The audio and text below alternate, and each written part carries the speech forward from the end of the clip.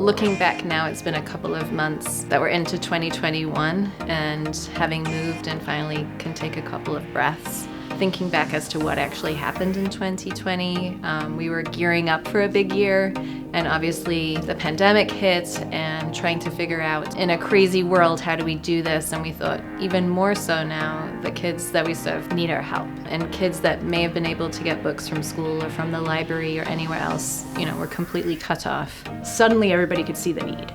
Everybody could see the fact that, oh, I have books in my home.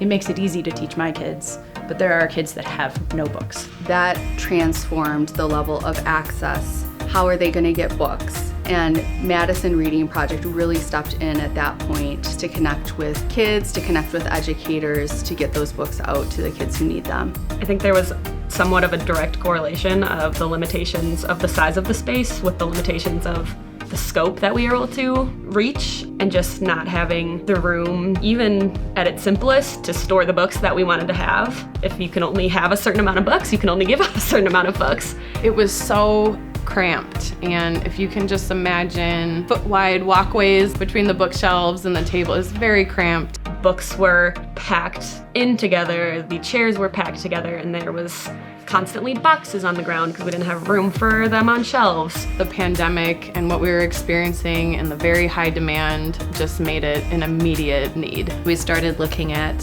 what kind of space we would actually need, where would we really like to be, what kind of neighborhood we want to be, what do we want to look like. Part of the decision-making process around where should this new book center be opened was really connected to that question of access. Making sure that it's in an area where we serve a lot of children, connected to a bus line, easily accessible by car or bike.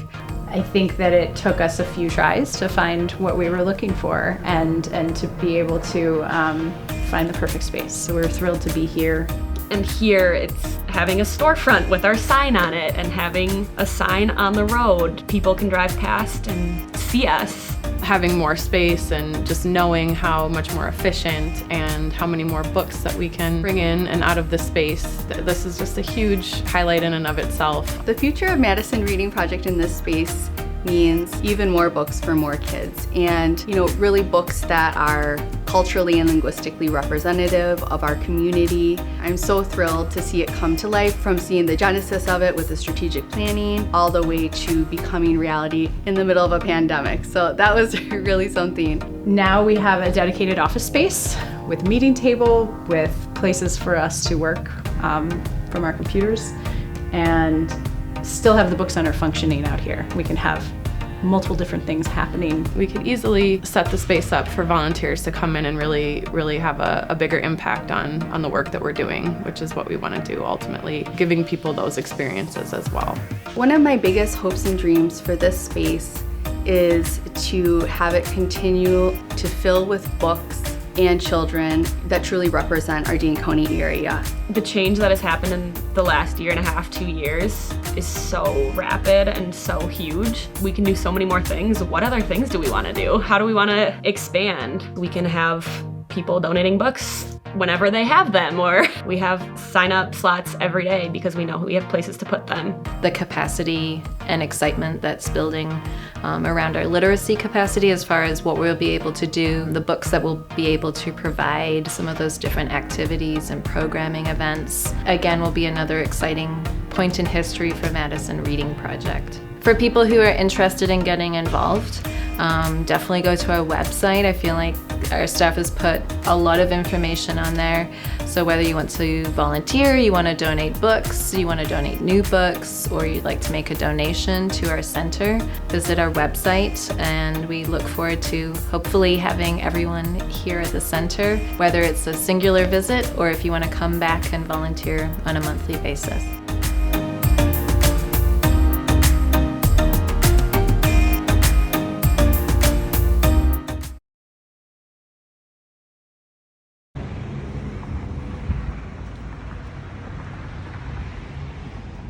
Everybody, it's Deirdre, Madison Reading Project. So excited you could be here with us to see the sneak peek of our new center. We're so excited to share it with you. So come on inside and check it out. You will notice how close the bus is our front door. One of the most exciting features of this new space. Thank you, Allie. Come on in. Let me show you around.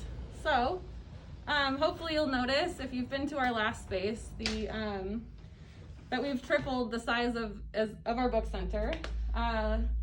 Thousands more books in this space. We've doubled the shelving. We're super excited. We've also got some other little areas we want to show you. Over here, this is our teacher resource library. So this is where we keep all of the books that we like to reference for lessons or for teacher recommendations. A lot of the videos you'll see Lindsay doing online. Those books make it over here to these shelves so that we can continue to reference them. We have new shelving. Did I say thousands more books? We love being able to look at these beautiful books all the time. These amazing shelves also help make things really easy for the volunteers and the staff that are stocking the books. And hopefully when teachers get to shop in here for their free books, one day they will also be very easy for people to find what they're looking for. So you can see we have graphic novels, chapter books for elementary, all the way down to nonfiction picture books. Lots and lots of picture books all the way through here. We have a dedicated section now for our baby and board books for the littlest readers, youngest readers. We have a dedicated section to middle school and high school chapter books. We're very excited about all of that.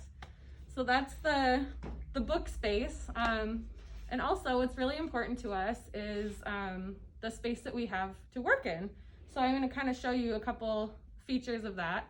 One, we have walkways between all of our shelves and through the space that allows us to push our carts through, stock the shelves, makes things way easier, just also feels more open. It's just a more fun place to work, honestly. We have a whole section here dedicated to books in Spanish and other languages. And then we have this amazing space back here that is a multi-use space. And I'll turn it over to Natalie to tell you about our intake area. Yeah, I'm back here doing a book processing intake of some wonderful books that a donor dropped off yesterday. And it's so wonderful to have all this room back here to be able to do that, as well as a ton of other things like pack book and activity kits, host volunteers that can actually have room to spread out and do work, have meetings, as well as the perfect meeting background with our gorgeous new mural that got put up. So it's made a huge difference to have room back here for all of our books and all of our other work that we do. Thanks, Natalie. So I know that the walkthrough is pretty brief, but we did want to share this amazing space with you. And we also want to thank you for all of the ongoing support that you've provided us. And we hope to be able to see you soon in our new space. Hi everybody, thank you for joining us for our virtual grand opening today. We were so thrilled to show you our space. One last thing that I wanted to show you was our donor wall. I wanted to give a huge thank you to all of our donors that helped make this book center possible, both through financial donations and through our in-kind donations. As you can see, we have them proudly presented up here on the wall. We hope you will come in and see them sometime soon. Thanks.